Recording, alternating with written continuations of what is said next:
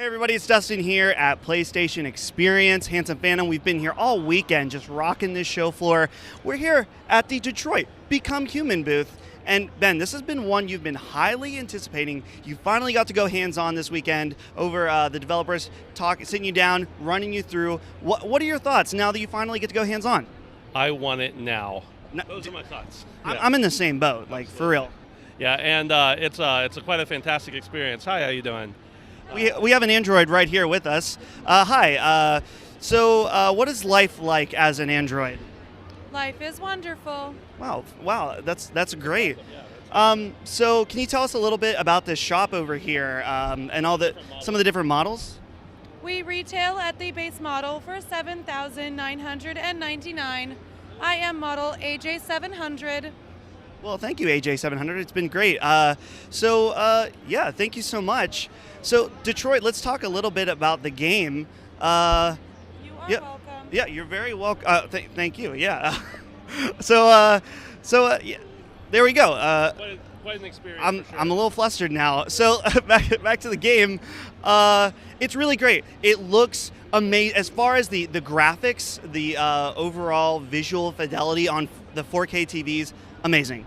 Yeah, it is. It's stunning, quite frankly. Of course, we were playing on. I mean, the televisions here at the booth are nice, but the televisions we were playing on were even higher quality, and so that certainly has something to do with it. But it doesn't matter as long as you're not playing on a CRT. This game's going to look stunning on your PS4 system, whether it's a regular system or a Pro. So it's great looking. It's decision based. So I mean, you're presented with options, and then you make a decision based on those. And each one you decide creates a butterfly effect out through the rest of the game. So it kind of every action you make is important for something else, which is not a new concept, but they do it in a way that just feels different enough to be perfect. So there was two different demos. We each played a different one. We'll go very quickly over them. The one I played was from Paris Games Week with a dad who is a drug abuser, and you play as the android and you go rogue and try to save this little girl. Whether or not you succeed is all based on the choices you make in the game. Yeah, and it's the other one is your android that's a hostage negotiator, essentially. So they go in and they're rescuing someone from another android who's kind of gone rogue, and so the decisions you make determine whether or not, quite frankly, the hostage lives, and whether or not the android stays alive that you're playing, and the android that you're going after that's malfunctioned, it stays alive. So there's a lot of layers there, and we watched a demo of it. I watched another demo of it while I was waiting to play, just by the fact that I was standing there with the developers and everything, and then the one I played, and all three of them had different results. And I have a feeling that wasn't anywhere near the amount of results there could have been.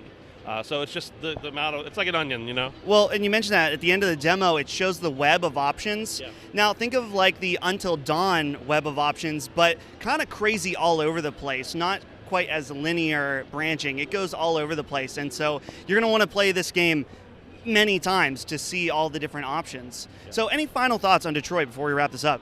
If androids are only $8,000, I'm buying one, because honestly, I'm pretty lit. Well, you're going to have to peruse the selection over here in just a few. Yeah. So anyway, this has been Handsome Phantom at PlayStation Experience, checking out Detroit. Hope you enjoyed hanging out with us. If you did, make sure to hit that subscribe button. And also, we've got tons of PSX content, tons of developers' interviews, as well as gameplay, all that good stuff. Yeah. You're not going to want to miss it. So until next time, we'll see you guys later. Bye.